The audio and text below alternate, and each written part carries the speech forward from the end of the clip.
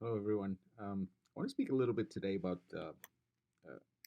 Eric Zemmour, name probably unfamiliar to a lot of Americans, but he's a well-known French journalist and essayist, um, and it's possible that he might be running for election in the next French presidential election next year.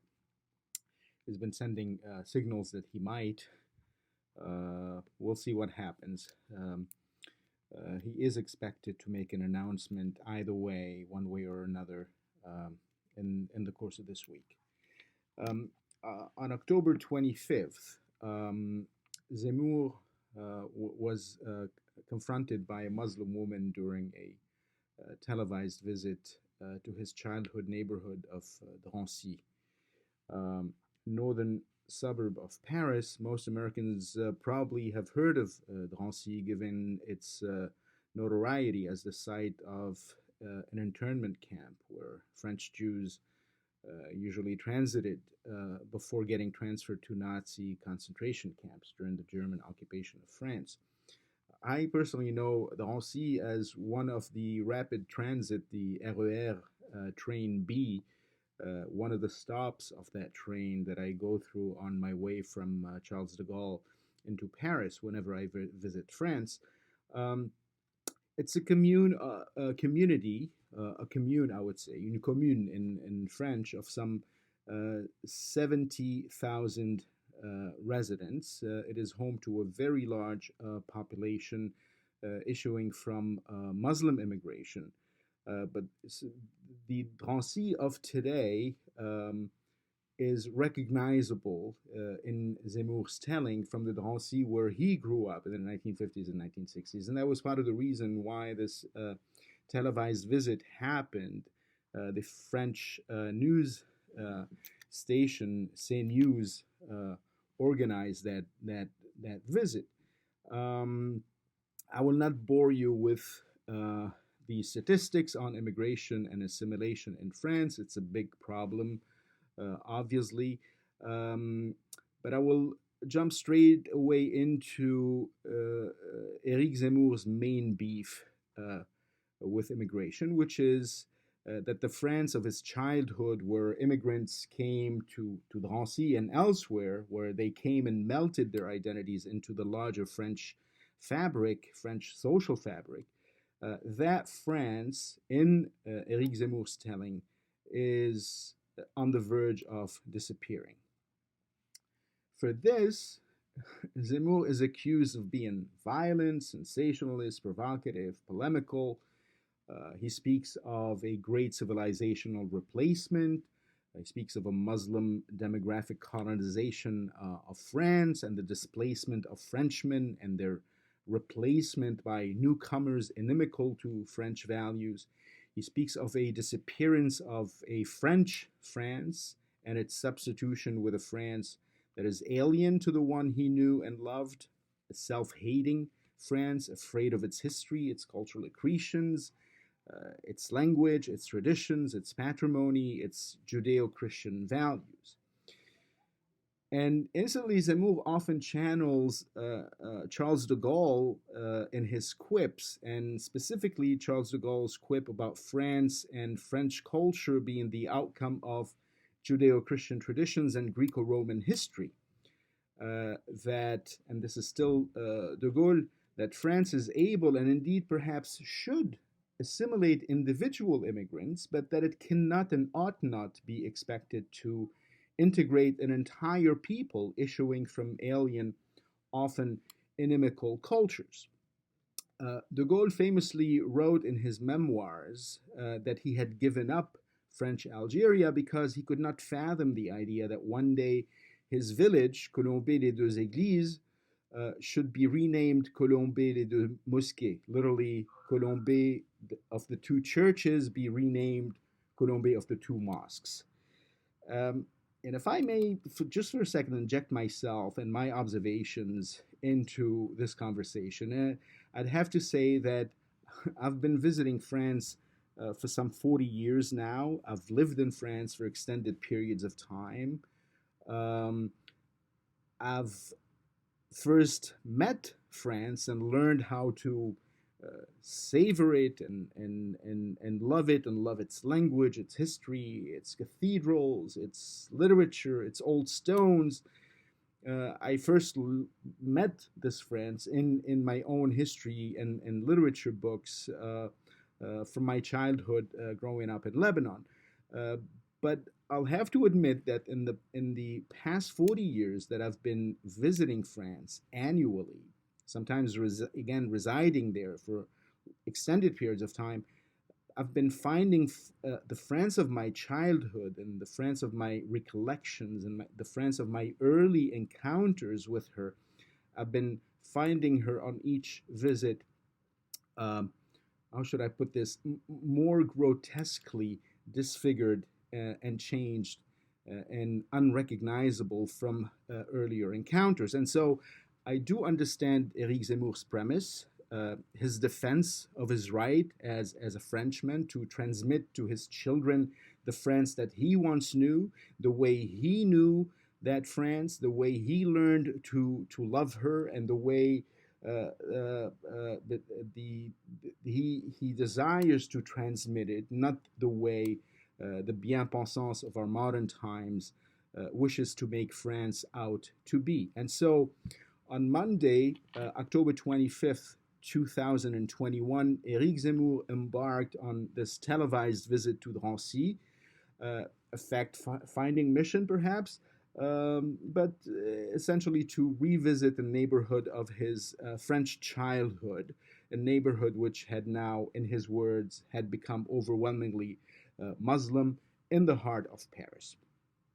And the visit was part of his pre-presidential campaign, if you will. There in Drancy, Zemmour was met, sometimes confronted by crowds, mainly Muslims, largely unsympathetic to his views and his message, some debating him rationally, others debating him passionately, and others still heckling and booing him and asking him to leave. And I've copied a link to the entire program in this episode's description. Check it out. I suspect those of you who know French might find it illuminating as an exercise in cultural anthropology, but also as a refutation of those who attacked Zemmour after his visit on account of his having been an odious guest. Check it out. Anyway, as part of the program that took him to Drancy, Zemmour was confronted, and I would say he was baited, he was entrapped, actually, by a very pleasant young Muslim woman, resident of Drancy, who questioned his opposition to Muslim women wearing a veil, and he's very open about that. She told him that, in her case, her veil was a choice, a form of independence and freedom, that she freely chooses to wear the veil, and that she would as freely choose to remove it. At this point, Zemmour called her bluff, and he told her that if she were truly free, then she should go ahead and remove the veil. Now, she said okay, she hesitated, she stalled, then she told Zemmour that she would remove the veil if he would remove his necktie. And his response was noting to her that a veil and a necktie were not the same thing, that a necktie was a sartorial choice, whereas the veil was a religious injunction.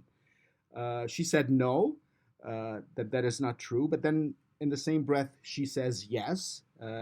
She claims her veil is her choice, but then she retracts, noting that it is a religious obligation and she wears it because she respects her religion.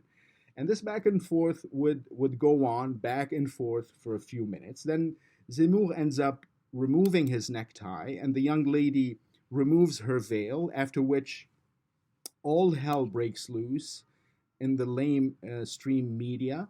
and among the mentally castrated pundits, accusing Zemmour of bigotry, of racism, Islamophobia, intimidation, misogyny, you name it, accusing him of assaults on decency and freedom and secularism and Republican values, blah, blah, blah, blah, blah. All of which, of course, uh, uh, sensationalist, overblown, and baseless drama queenery. Um, there was incidentally a cute Lebanese pundit who put his histrionic, righteous indignation about the incident as follows. He said, "This is truly nauseating what Zemmour asked the woman to do." Mind you, that she provoked him, right? But still, this social justice, social media pundit, a Lebanese fellow, very nice fellow, writes, "This is truly nauseating." And note the historical distortion here in the equivalencies he draws. This is truly nauseating. Never before has ignominy reached a similarly new low nadir in France, not since the rounding up of Jews during the Nazi occupation. Seriously, guys, really? Is this not an over dramatized, misleading misrepresentation of a simple street encounter? Maybe call it confrontation, a street encounter between Eric Zemmour and a Muslim woman, which you will note was choreographed and strategically staged, where the woman was precisely planted to bait Eric Zemmour. What the righteous, indignant bien-pensant were proposing in summary was that people, the rest of us, normal people, submit without asking any questions to PC sophists and what they deem the righteous, ethical, and political points of reference in our world, absent which one becomes an ignominious racist like Eric Zemmour. Yet, drawing parallels and comparing, again, a choreographed street encounter without context, comparing it to the rounding up of French Jews during the Nazi occupation is not only plain stupid, it is insensitive and dishonest and ahistorical, and it banalizes the real racism that led to the outright destruction of European Jewry, the murder of a people. There's no murdering of Muslims on the streets of Paris. That let us be clear about this, and no parallels can or should be drawn here. None, zero. Never mind that, of course, the woman in question was not humiliated. In fact, if one takes the pain to watch the entire sequence, not the dishonest snippet that pundits made a molehill out of, one will note that there was no humiliation, no affront, no insult, no racism, no Islamophobia, and that Zemmour was supremely respectful and kind to the woman, that it was in fact the woman herself and the show's producers who entrapped Zemmour into a prefabricated situation where he still conducted himself with extreme restraint and professionalism and Gallic gallantry, I would say, and more importantly, he conducted himself with remarkable grasp of the problems at hand and the solutions to them. But baiting is the tactic of the oppression Olympics athletes. They accuse those who don't conform to their ethical references of racism and of humiliating others when it is they who are, in reality, the rigid, intolerant offenders of those who don't share their opinions. Ultimately, the oppression Olympics athletes can sully Zemmour and rain righteous invective and indignation on him all they want. The fact remains that his diagnoses and reflections on French society and its Islamization remain spot on. It is true that he pushes too hard and goes too far sometimes with his antipathies towards the Islamization of his country. But France and French values are to him worth defending, viciously so, sometimes if needed. People do have a right to love their culture and their civilization and do have an obligation to defend them if that's what they wish to be doing. And Zemmour does just that. He speaks to a malaise a great number of Frenchmen are sensitive to and unable to vocally confront without being showered with the PC police's invective. Um, True exile, wrote French historian Edgar Quinet, true exile is not to get torn from your own country, it is to see your country get torn from you by your own and to be prevented from interfering. End quote. Well, Eric Zemmour is interfering in the only way he knows and is interfering from his perspective for all the right, if not righteous, reasons. He is sullied in the process, accused of Islamophobia and racism and sexism, and even ironically anti Semitism, even though he is a French Jew sympathetic to the Zionist project. He is sullied because he dares stand up for French values and dares loving France, its history, its landscape, its old stones and quaint villages, its churches and city squares, its cafes and museums and wines and cathedrals and devotional art and music and literature and language, a patrimony in some, which in his view is owed to Gallo-Roman accretions needed by the Catholic Church and molded by Judeo-Christian traditions. Zemmour is sullied for his love of France and for wishing to perpetuate Frenchness and French specificity. Une certaine idée de la France, to use an expression of one of Zemmour's heroes, the general and former president of the Republic, Charles de Gaulle,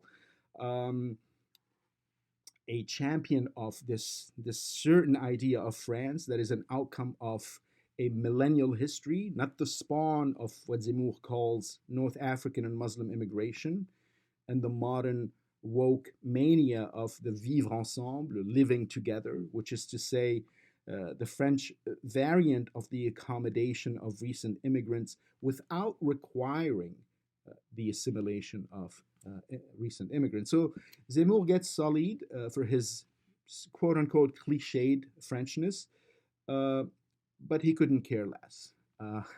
Even though his family issues from Algerian Jewish immigration, Zemmour does consider himself a typical Gaulois râleur, a refractory, grumpy Gallic man, a lyrical lover of French women, a glutton for French wine and good food, and the language and literature of Chateaubriand and Ronsard and Molière and Rostand. The enemies of Zemmour are legion, as his visit to Drancy revealed, but so are the tens of millions of Frenchmen who share his ideas and appreciate his willingness to enunciate them plainly, lucidly, articulately, without apologies and PC platitudes, and without beating around the bush. Zemmour often channels Victor Hugo and the reflections of Victor Hugo in his book Choses Vues, Things Seen, where Hugo admits that having enemies is a fact of life, that it is history, and it's the history of any man daring enough to take action, to swim against the tides of falsehood and misinformation. Disdain for your own enemies protects you and crushes them, wrote Hugo in Things Seen, and I'll quote the whole thing here. So, quote, so why, so what, he says, you have enemies? So what? Enemies are the clouds that heckle to dim a shining object. Character must have enemies, just like bright lights attract the fruit flies. Do not worry about your enemies, disdain them. Have serenity in your own soul, just as you have clarity in your life. Do not give your enemies the joy of thinking they matter, thinking that they are capable of tormenting you, confusing you. Be happy, be joyous, be disdainful, be strong. End quote. And Zemmour is all of that: placid, learned, articulate, and eloquently contemptuous in a deliciously Gallic style of his detractors. He remains to date the only French public intellectual willing to take on this role, countering falsehoods with simple, unaffected, unvarnished, articulate fact, speaking truth to PC inanities and the submissive nihilism of the bien-pensant in the face of an aggressive uh, Islamization.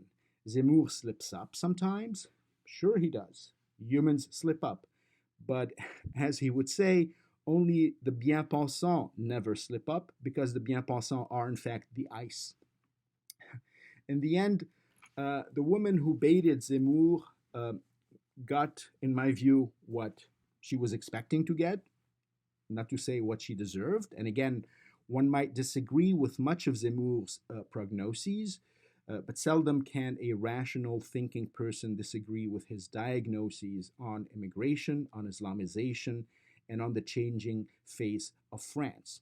On that, his prognoses are always courageous, always articulate, always timely, always profoundly learned and informed and denuded of duplicity. And some 70% of Frenchmen strongly agree with him on what's ailing France today.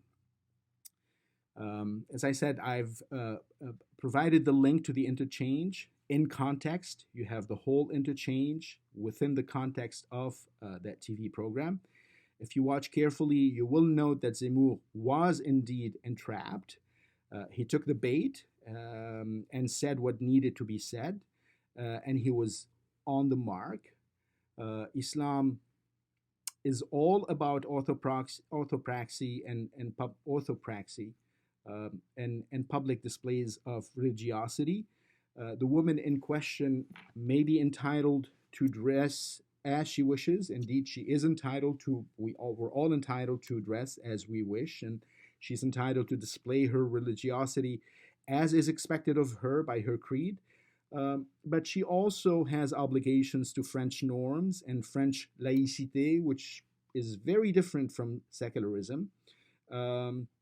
Laïcité demands private, not public morality and public displays of religiosity.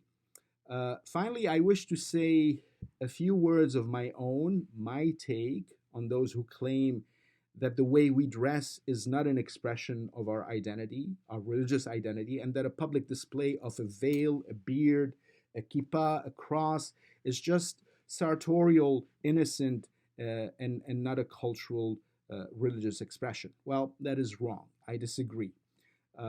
Quran 7:26 says, quote, "O children of Adam, we have given you clothing to cover your shame and to be an adornment for yourself. But the garb of piety is the best," end quote. So yes, items of clothing are indeed a form of protection from the elements, heat and cold, etc. But in Islam, as is the case with Judaism, traditional Judaism for that matter, clothing is a marker and public expression of identity and of religiosity. It is for those reasons that Christians and Jews under Islam had for centuries been forced into specific vestimentary restrictions precisely to distinguish them from the believers, the Muslims, and prevent their interaction with the Muslims. From very early on, Muslim norms have instructed members of the Ummah khalifuhum, which is to say, distinguish yourselves from them, the infidels, in dress, in mannerisms, and in customs. So those who say public displays of distinguishing clothing do not proceed from a specific Muslim injunction are being either deviously misleading, patently PC bien-pensant, or blissfully ignorant of Muslim norms and Islamic orthopraxy. That's my piece for today. Ciao.